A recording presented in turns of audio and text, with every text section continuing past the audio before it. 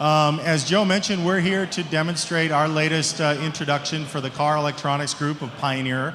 And what we've got is a new product, or it's actually a new application that we've developed in-house, really for our app radio users. And for many of you, you're aware that 3 years ago here at CE Week, we actually introduced the very first app radio.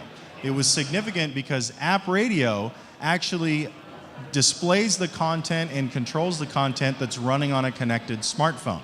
So it was the first product of its type to let the applications be run on the smartphone and let the smartphone do all of the heavy lifting while we controlled it and of course played any music or any content that you have over the car's speakers.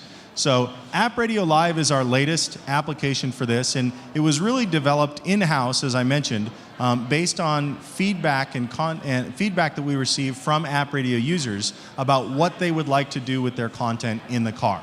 So it's significant because, as you can see, we have 4 quadrants. The 4 quadrants are mapping information, news information, media, and then calendar. And we can easily click on any of these and it will open up into a specific detailed map interface. We also can go, as you see, into any of these. We'll launch music. Going to change our source. See any notifications. So it's very, very seamless and fast and easy to use. One other really important part of the App Radio Live interface is a tile-based interface which will display all 4 of these pieces of information simultaneously on the screen. So here from the home screen, we've actually got our currently playing radio station, we've got our location, we've got our news information, and we've got our calendar information. I can click on any of those and it automatically becomes the primary displayed tile on our interface. So it's very simple, very easy to use.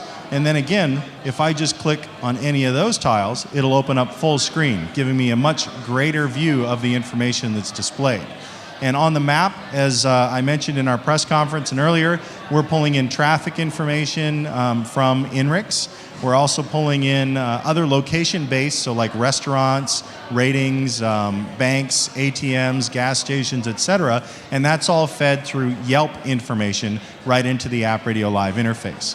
When we move into media, now we've got content coming in from Rdio. If you have an Rdio account, we've got content coming in from Stitcher, populating all of that, and well as Pioneer Radio Network, which is an aggregation of Pioneer Internet radio stations brought directly into this application.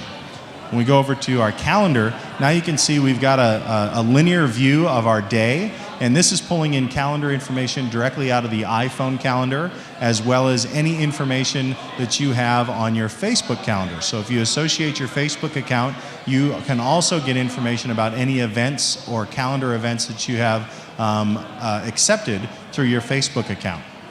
And then last but not least, we have our news information, and our news information is being fed by Feedly. Feedly is an RSS aggregation service, so if you have RSS feeds or special news programs that you follow, you can have that show up in your account, as well as get weather information directly from OpenWeather. So we can get our weather updates about what's going on both today as well as a few days in the future.